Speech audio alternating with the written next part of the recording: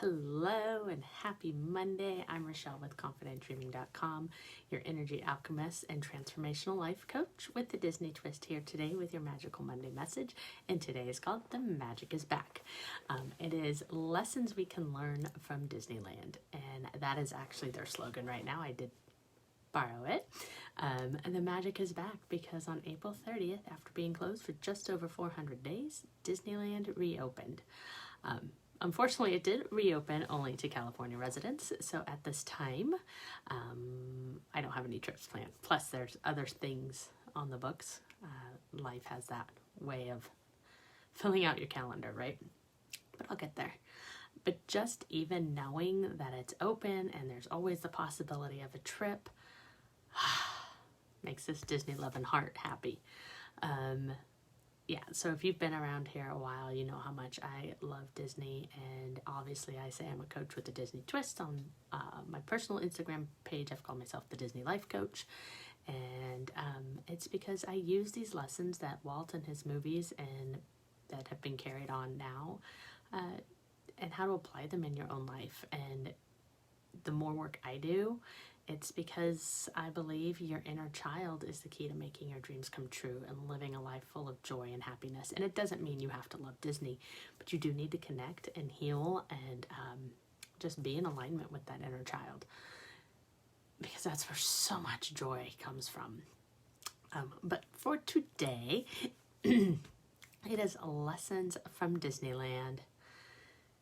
Where do I want to start?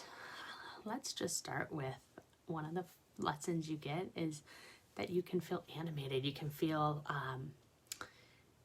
prior to the most recent change, like there was Bugs Land where you could be a bug, you'd hear the cicadas and you're walking under this grove of clovers, and there was one 4-leaf one out of the 75 clovers up. You become part of Snow White's adventure. You take a wild ride with Mr. Toad. You go with Alice into Wonderland. You fly on a magical boat with, what do you call it, a boat? Ship? Over Neverland with Peter Pan. Like, you really become part of the story, and so you can become animated. And the best is watching kids, watching them live out their movies, and just the awe that has them when they're in the parks. There's just awe because everything they've seen on TV is now alive and real to them, and it's the most amazing thing ever. Disneyland really encourages you to use your imagination, because when you're in these rides, it sparks that imagination and creativity in you as an adult. You just, like I said, you become part of the story, and it's just so magical to just be part of the story, and your imagination plays along. So you may not even know you're using your imagination, but it is playing along to help you just dive into the storylines of each of the rides. Disneyland also teaches us that some things are worth waiting for. One of the best rides in the park, even with the social distancing and whether they're at 15 or 20% capacity, had over an hour wait yesterday. And it's worth it. It is worth waiting for some things. We have become a society where we want instant gratification, where we want things to happen right now, and we have forgotten what it is like to sit with anticipation and to sit with, just that, almost that humming, oh, I can't wait for something to happen, and then to just have the experience, right? So Disneyland, and maybe even planning the trip, something is worth waiting for. So that's another huge lesson that they don't get. Another lesson that we like to do when we go to the parks is to slow down and enjoy the details. What makes Disneyland, to me, stand out among all the other theme parks that I've been to is its attention to detail. I mean, when you go on Indiana Jones, it's like you're going through a temple ruin, right? If you've ever been in the extended queue for the Jungle Cruise, for the first time ever, not only did I go upstairs, but I went over to the other building. Just the attention to detail, it helps you to use your imagination and put you in the story. but you won't see it if you don't slow down. So again, in this world we're in where we're go, go, go, let's slow down and pay attention to the details around us. The birds chirping in the morning. If you're on a hike, the sound of a bubbling brook, or walking through the property, right? There's just so much detail in our lives that enrich our lives and can bring us joy. But when we're rushing from one thing to the next with our head buried in our phone, we're going to miss it. So slow down and enjoy the details. The next one, sorry if I get the song in your head, but it is a reminder that it is a small world after all, right?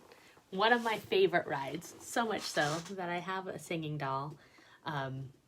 She sings like the chorus in both English and in Hawaiian, and she is one of my absolute favorites. I went to the Disney Family Museum in San Francisco during the Mary Blair exhibit, and I got to see some of the Small World dolls in person, and we live in a small world.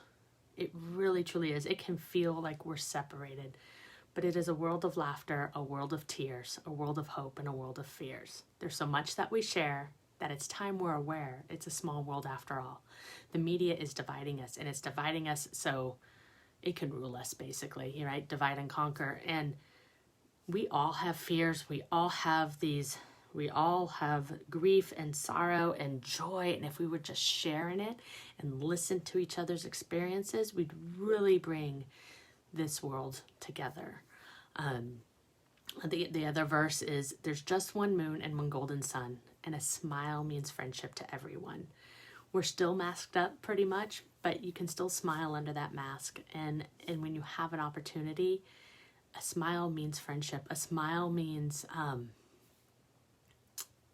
it's going to be okay. If somebody's hurting, a smile reminds them it is going to be okay. And it's contagious. Smiling is contagious. It's almost like a sneeze or a yawn. Well, not a sneeze. I meant a yawn, right? You smile, somebody can smile back. So that smile can be the difference in somebody's day. So those are just a few lessons, with the last one being the magic never really left, because another favorite book, the magic is in you. It's time for you to dive in and find out what magic you have that you can share with the world, because the magic never really left. It's been a rough, we're going to actually put this at almost 18 months, right? Things started to get real in March, so maybe 15 months. And like the world got turned upside down, but we also have magic in us. That never changed. So while the magic may be back and we're feeling freer or feeling better, safer, whatever it is, the magic has always been in you. And it's up to you to do the work and find it. Connect to your inner child. Bring more joy and love and laughter into your life. Because it's a decision we all have to make, right? So with that, I'm introducing I know I've probably mentioned it before, but I have a 10-week summer intensive. It's falling right in the middle, or right into summer break. So if you're a mom who's been dealing with homework and stuff, well, they don't have school. Let's work on you. Let's work on connecting you to your inner child and figuring out what it is and the kind of life you want to live moving forward as we come out of this pandemic. What is it? So it's it's part course, part one-to-one work, and part energy work. So it's a little bit of everything that I do, scrunched into 10 weeks during summer. And it's called Summer of Peace, and I will link it below in the comments. And with that, have a wonderful Monday and keep smiling. Bye.